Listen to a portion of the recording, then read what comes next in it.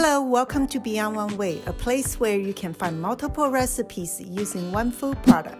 Have you ever thought about turning a store-bought rotisserie chicken into an Asian meal? Well, today I will show you how to use a store-bought rotisserie chicken to make a delicious Asian sweet and spicy chicken dish. Check out my other videos or go to my website to see more ideas on making quick and easy Asian dishes using store-bought rotisserie chicken.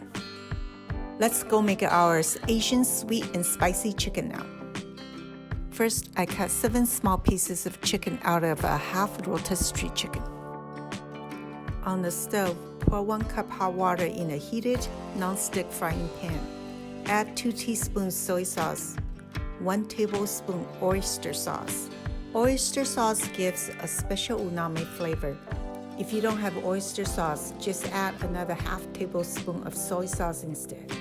1 tablespoon sesame oil and a 1/3 cup honey. Add some freshly grated ginger and chopped garlic.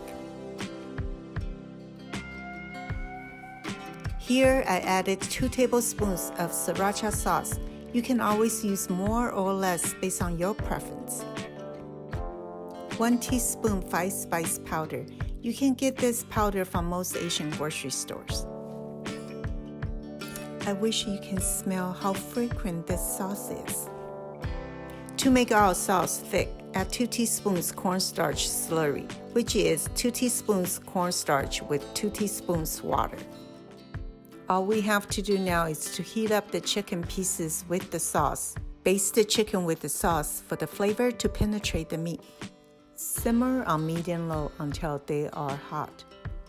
I hope you enjoyed this simple way of turning a store-bought rotisserie chicken into an Asian sweet and spicy chicken dish. If you like this video, please subscribe to my channel. See you next time.